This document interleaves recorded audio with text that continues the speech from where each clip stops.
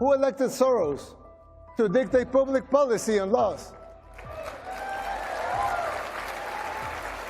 Why does he feel entitled to impose his agenda? The global elites, they hate our success, and they fear yours. Institutions were created to serve the people, and not the other way around.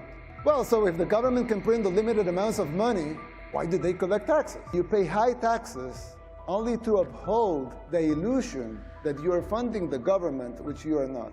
The government is funded by money printing, paper backed with paper. Confidence in your currency will be lost. The dollar will fall, and the Western civilization with it. We transform El Salvador from the most dangerous country in the world to the safest in the Western Hemisphere.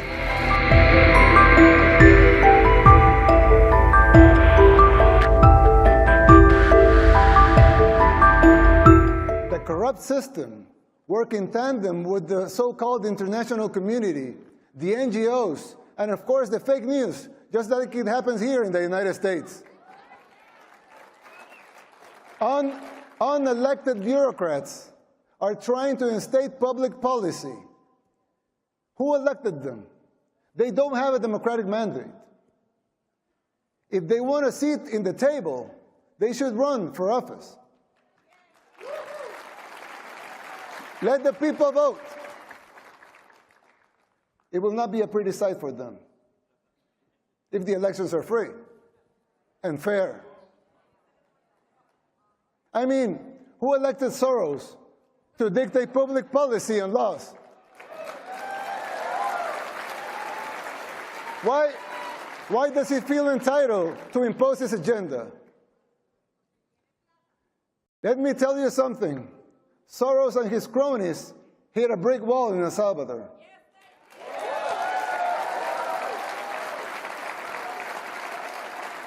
Thank God, and all the glory be to him, Salvadorans are now immune to his influence. No one believes his lies anymore over there.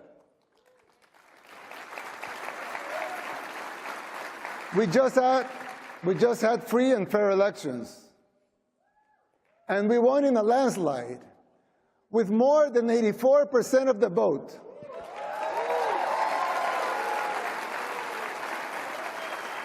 Let that sink in.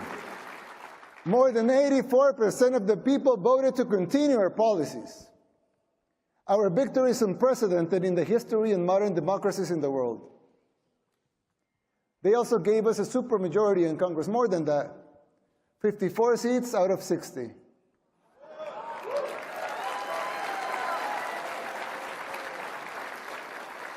"57 if we count our allies.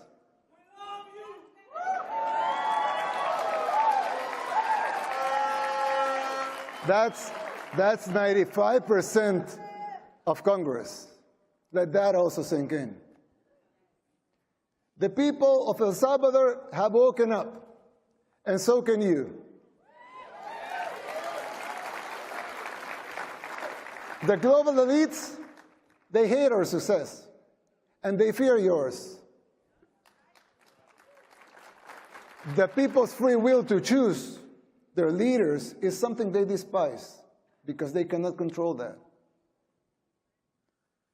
You have experienced this firsthand here in the United States.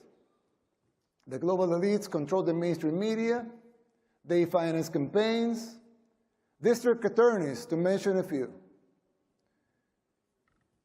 They abuse their powers. They persecute political opponents. In El Salvador, we don't weaponize our judicial system to persecute our political opponents. A practice that may sound familiar to you, but we don't do that there. And who's the dictator? The global elites in the media, they work in conjunction, they run some stories and publish them, same pictures to reinforce their agendas. You're no strangers to that here in the United States. We deal with that in El Salvador too. That is the free press that they talk about? Please. I always criticize the defenders of institutionalism, not because I don't think strong institutions are paramount and necessary for a democracy, but because I find them very hypocritical. They don't seem to have the same standards for themselves as they are trying to impose on others.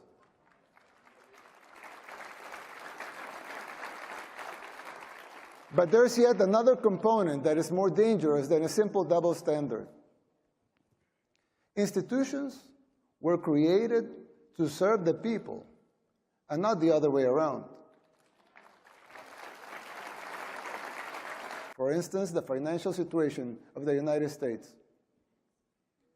When I talk to my conservative friends right here, they always tell me that the problem is high taxes, but they're wrong.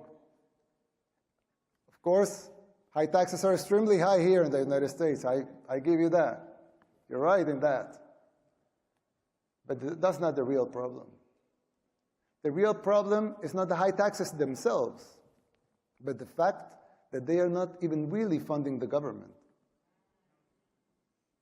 But even those high taxes, higher than a lot of places in the world, not even those taxes are really funding the government. So who's financing the government? Government is financed by treasury bonds, paper. And who buys the treasury bonds? Mostly the Fed. And how does the Fed buy them? By printing money. But what backing does the Fed have for that money being printed? The treasury bonds themselves. So basically, you finance the government by printing money out of thin air. Someone could ask, well, so if the government can print the limited amounts of money out of thin air, why did they collect taxes?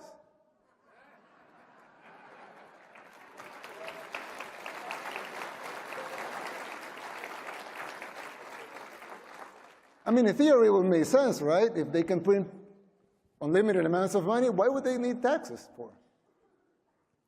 The answer is simple, but it's very shocking.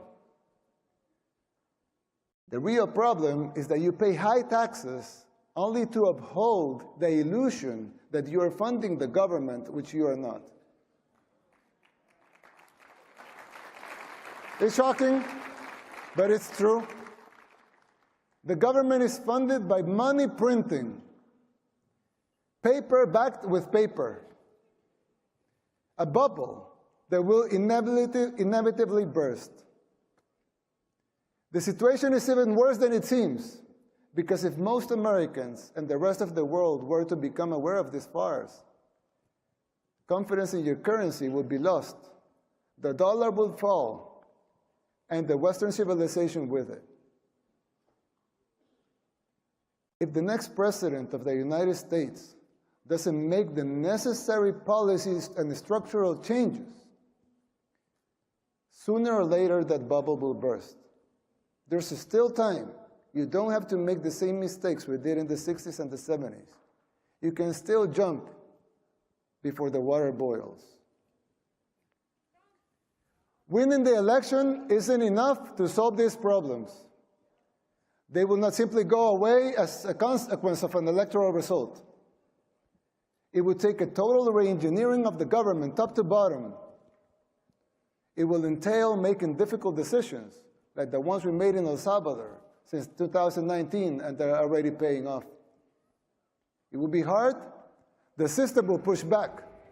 But you have the right to determine your own fate.